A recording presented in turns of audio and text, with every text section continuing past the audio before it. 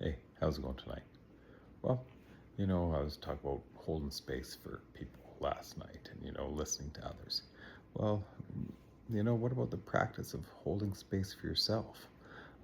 Listening to yourself, listening to your gut, doing the best you can to, like, say, quiet the ego mind and things. So you're listening to, like, you know the right mind in ways, because sometimes you can be led astray if you just let your ego run everything and let it think it's in charge of the show, right?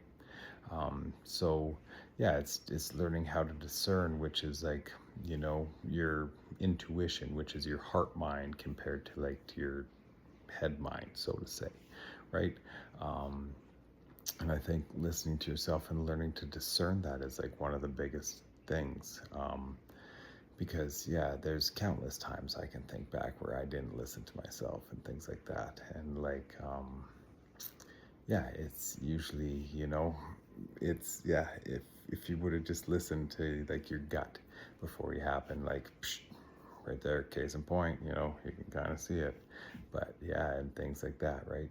So one practice, like, that I've always liked to do is, when you're sitting thinking about it, kind of envision, like, not for too long or whatever, not stewing it, but, like, just envision some of the other scenarios. Like, well, like, really, what would happen if you did do that? Like, what is the worst case scenario that could happen if, like, you're shutting yourself down on things like that? Like, oh, well, who's gonna think what? Does it really matter what that person thinks of how the outcome is or not? Or no, it's how it relates to you usually, right? So um, if you base your choices upon what other people's input are and things like that, you're never going to get a result generally too that you're going to be happy with and that's sustainable for you. So that's where, like, listening to yourself, your gut, making your choices for you.